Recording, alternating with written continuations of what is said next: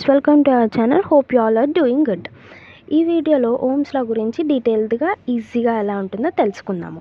Okay, Ohm's లా యొక్క statement ఏంటంటే, when the temperature is constant, the current flowing through a conductor is directly proportional to the potential difference, means voltage across its end అనమాట. Okay, temperature అనేది కాన్స్టెంట్గా ఉన్నప్పుడు conductor ద్వారా flow అయ్యే current అనేది వోల్టేజ్కి డైరెక్ట్గా ప్రపోర్షనల్ అయి ఉంటుంది. దాన్నే I is directly proportional to V అంటాము. ఓకే, ఫార్ములా వచ్చేసి మనకి 3 ఫార్ములాస్ ఉంటాయి. Okay, first formula V equals to I into R, అంటే వోల్టేజ్ని ఫైండ్ అవుట్ చేయడం కోసం యూజ్ చేసే formula. I equals to V by R, కరెంట్ని ఫైండ్ అవుట్ చేయడం కోసం యూజ్ చేసే formula. And R equals to V by I, అంటే రెసిస్టెన్స్ని ఫైండ్ చేయడం కోసం యూజ్ చేసే ఫార్ములా. ఓకే, అండ్ ఫార్ములాలో V అంటేనేమో వోల్ట్స్, I అంటేనేమో కరెంట్స్, అండ్ R అంటేనేమో రెసిస్టెన్స్ అనమాట. Okay, this is the circuit diagram of an Ohm's law. And ఏమేమి ఎలిమెంట్స్ యూజ్ చేసామంటే voltage source, current source and the resistance అనమాట. Okay, here you can see the example which is related to Ohm's law. Okay, ఇక్కడ voltage అనేది మనకి 12 volts ఇచ్చారు, resistance అనేది 4 ohms ఇచ్చారు, కరెంట్ని ఫైండ్ అవుట్ చేయమంటున్నారు.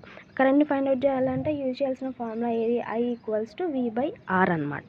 ఓకే, సో సబ్స్టిట్యూట్ చేసుకుందాం అందులో. I equals to V by R అంటే I ఈక్వల్స్ టు 12/4, 4 3s 12 కదా. సో కరెంట్ ఎంత వచ్చింది మనకి? 3 వచ్చింది. అప్పుడు కరెంట్ వాల్యూ ఎంత? 3 amperes అనమాట. Okay, let us see another example. So second ఎగ్జాంపుల్లో మనకి కరెంట్ అనేది 0.3 amperes ఇచ్చారు అండ్ 9 volts ఇచ్చారు, రెసిస్టెన్స్ని ఫైండ్ చేయమంటున్నారు. Okay, if 0.3 amperes current flowing through a resistor, the potential difference across it is 9 volts, find the resistance.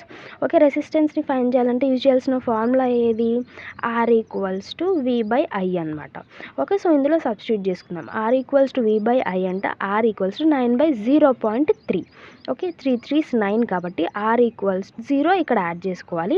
And R equals to 30 ohms. Resistance value మనకి ఎంత వచ్చింది అప్పుడు? 30 ohms వచ్చింది.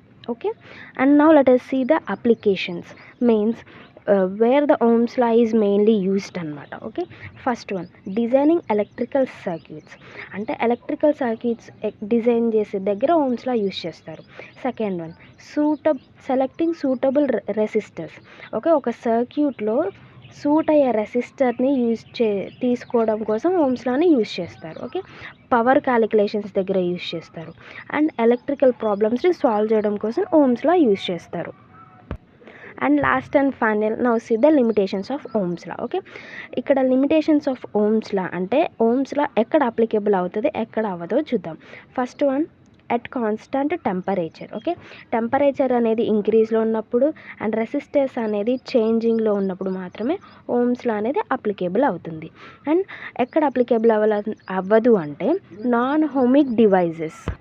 అండ్ నెక్స్ట్ ఓమ్స్ లా అనేది ఎక్కడ applicable అవ్వదు అంటే non ohmic devices దగ్గర అప్లికేబుల్ అవ్వదు, లైక్ డయోడ్స్, ట్రాన్సిస్టర్స్, ఎల్ఈడీస్ అనమాట.